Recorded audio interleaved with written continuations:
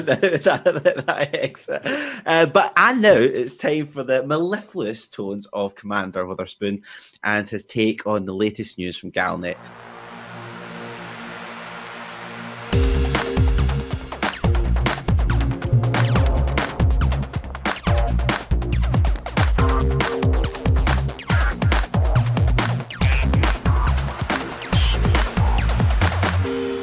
Galnet News Digest, live from Lavecon, 4th of July, 3306. We read the news so you don't have to.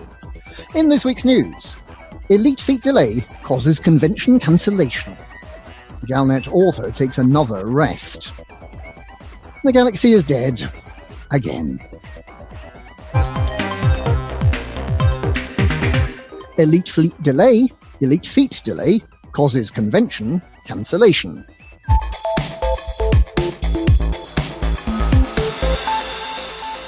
The annual convention for elderly commanders, Lavecon, has been cancelled this year due to a shortage of legs, according to a source close to the organisers. Normally held at the Sedgebrook House Spaceport, the event attracts the sort of commander that likes to tell you how much better things were back in the 32nd and 33rd centuries, while knocking back a succession of foaming tankards of ale. A number of these commanders have been known to pull off what's known as a full Michael Brooks, before succumbing to gravity and sleep, a process that leaves the commanders legless. And it is delays in manufacturing new space legs to replace those legs that have been lost in this way that's meant that planetary landings at Lavecon have had to be suspended and replaced by a system called telepresence, which allows commanders to congregate in a virtual Sedgebrook Hall and to wear kimonos if they really want, although any splashing about they may want to do is strictly confined to their own bathtubs.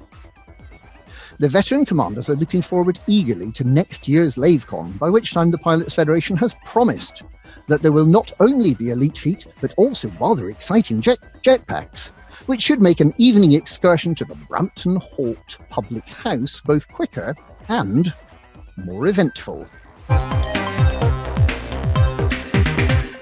Galnet author takes another rest.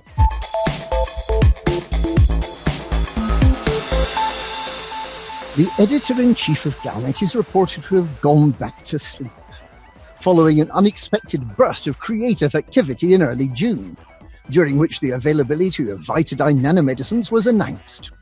Nanomeds are being manufactured by the Vandermeer Corporation and are believed to be especially useful for commanders who are bold or reckless enough to step outside the cockpit of their ships and find themselves shot, squashed, or ripped into tiny pieces by other commanders, ships landing on top of them, or rampaging Thargoids respectively. Nanomeds are reported to cure almost any illness or ailment and are just the sort of thing that 21st century politicians would have wanted if they weren't too busy posturing and standing for election to worry about the health of their people. Prior to June, the Galnet editor's last burst of activity was in mid-January, when he managed to publish a stunning 2 articles, one about the Thargoids being mildly annoying in the Witchhead sector, and another about renaming some of the systems with slightly less hideous names. He has not yet felt the need to honour the arrival of fleet carriers with an article in his increasingly slim publication. The only way the Galnet minions can tell their editor is still alive is by observing the silk handkerchief over his face fluttering up and down as he breathes.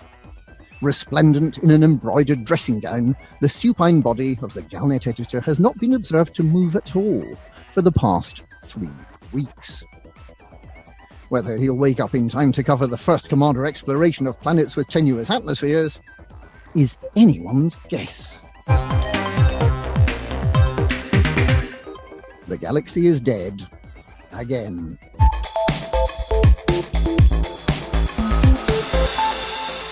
With most commanders retired or on shore leave, it's undeniable that the galaxy is dead. There are a few exceptions, of course. The Dark Wheel is about to expand from LFT 926 to a third system, bringing the prospect of finding Raxxla infinitesimally closer. The AXI is running a community goal to kill as many Thargoids as possible and having a bit of a competition to find out who can kill 2 Thargoids and land safely back at Ceres Tarn the quickest. The Buckyball Racers are holding the Rush Job Telepresence Distanced Time Trial. Operation IDA, or is it IDA?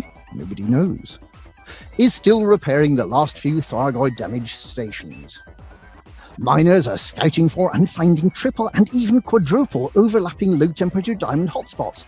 There are somewhere in the region of 10,000 fleet carriers in the galaxy, making travel and trade easier than it's ever been before. The number of commanders flying in the galaxy stands at only about double the number flying over the previous 3 years. Yes, the galaxy is dead. Again. And that's this week's Lavecon Galnet News. Galnet News, we read the news so you don't have to.